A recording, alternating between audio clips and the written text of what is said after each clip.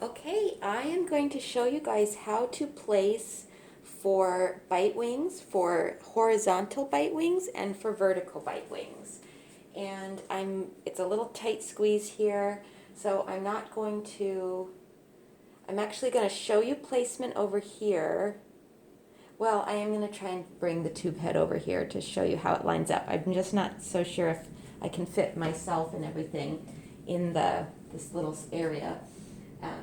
But okay, so what we're going to do is I have my sensor here, and I'm using the bite wing bite block that you get in your packet of XCPs.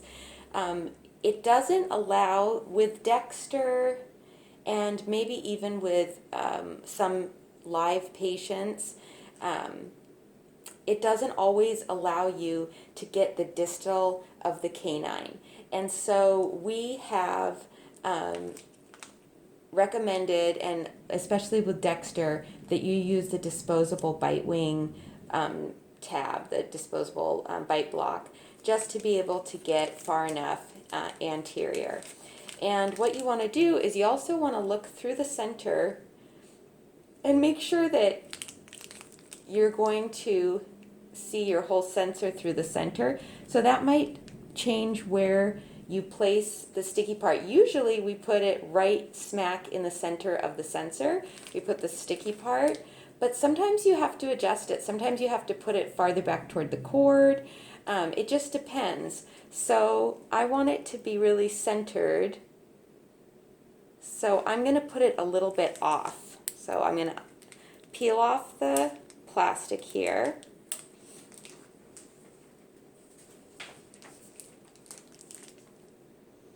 And then when I place it, I'm going to look through the target to see where the center would be.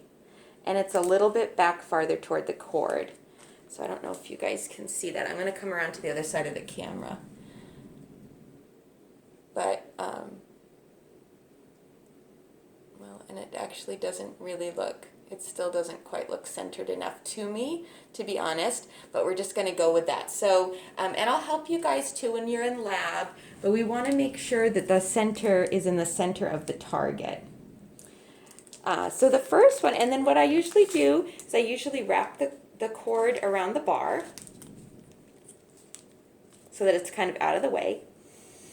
And then we're going to do the premolar shot first. Now we're looking, our key, what we call our aiming contacts, are the maxillary teeth, because those are the harder contacts to open. So when we're looking to open contacts and look for aiming contacts, it's the maxillary in between the first and second maxillary premolar and the first and second maxillary molar. Those are our aiming contacts. So I'm going to open Dexter nice and wide here. And I'm going to release this so that he stays open, so that you can kind of see as I'm placing. And when you place, you usually tilt your film a little bit so that it gives clearance. I might have to open him a lot wider than this.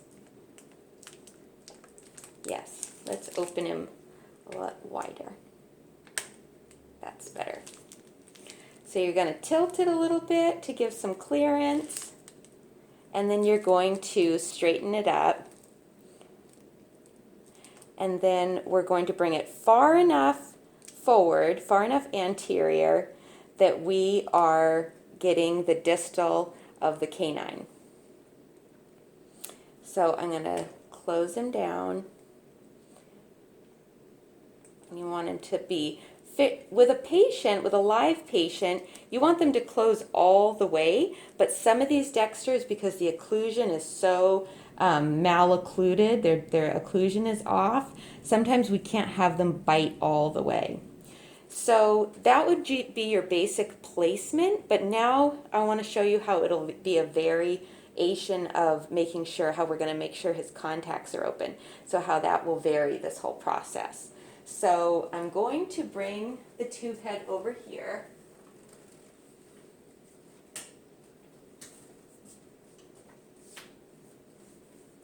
I'm going to bring the tube head over here. I'm going to me just see if I can get everything fit in this.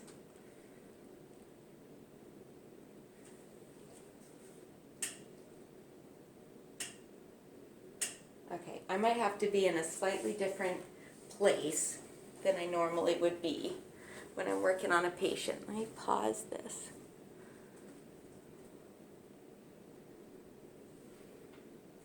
Okay, so we're going to try this and see what happens here. So when we want to open up a contact, we use our cotton tip as an extension of that opening between the two premolars. And this gives us a concrete angle to follow so that we know we're opening the contact.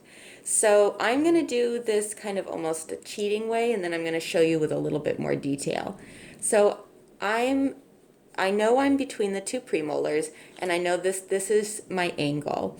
And then I just want my BID to line up with this same angle. So I bring my BID in at the same angle, and I've already sort of set it up here. So now once, I'm going to show you this a little bit. You can't even see my BID.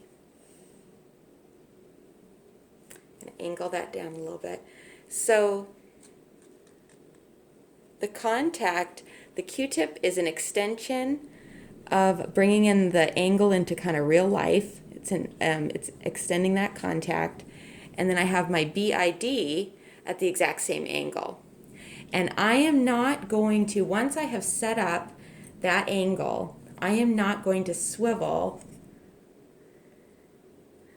I am not going to swivel this part here swivels. I'm not going to swivel the tube head from side to side at all, because if I do, that changes the angle that I just set up. So if I have to move my tube head, then I'm going to move it up here.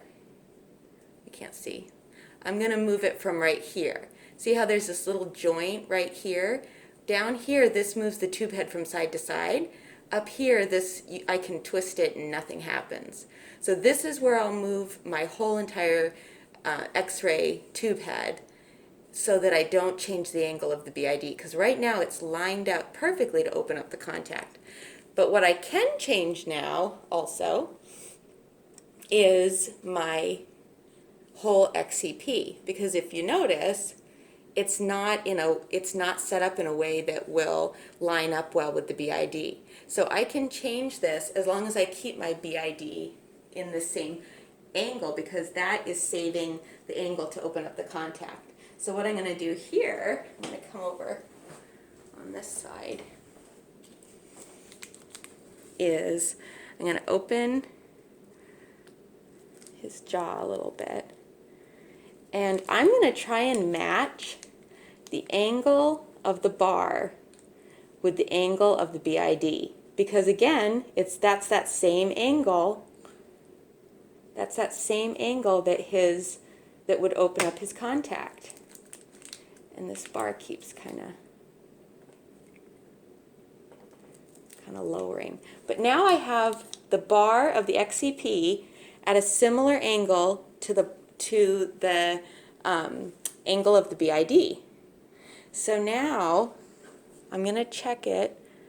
So now I can actually move my whole unit, and it's okay if I change the angle slightly on my BID. And I'm going to slide in the target closer to his cheek. And then I'm going to make sure it's centered so that I don't get a cone cut. And then I'm going to go take the film. Okay, so I just went and pushed the button, took the picture, and I'm going to take my camera out of the holder here because I want to show you what the picture looks like. So if you'll notice, the maxillary contact between the two premolars is opened up perfectly. I know this is weird to look at a screen. It's probably not very nice, kind of gives a weird grainy look, but this is opened up perfectly. So I did really what I was hoping to do. I opened up this contact. There's a slight overlap here, a very slight overlap here. These are open. There's a slight overlap in most all of the other areas, but the biggest error is that I don't have enough of the distal of the canine. This one is just barely here, and then this one is so severely overlapped. This might not get any better, but this one I want to try and get more anterior. The other thing that you notice is it's a placement error, because look how much of the maxillary teeth I can see and not as much of the mandibular teeth. So that's a little bit of critiquing of this image, just to show you guys some of the process of what you might think through after you take your film.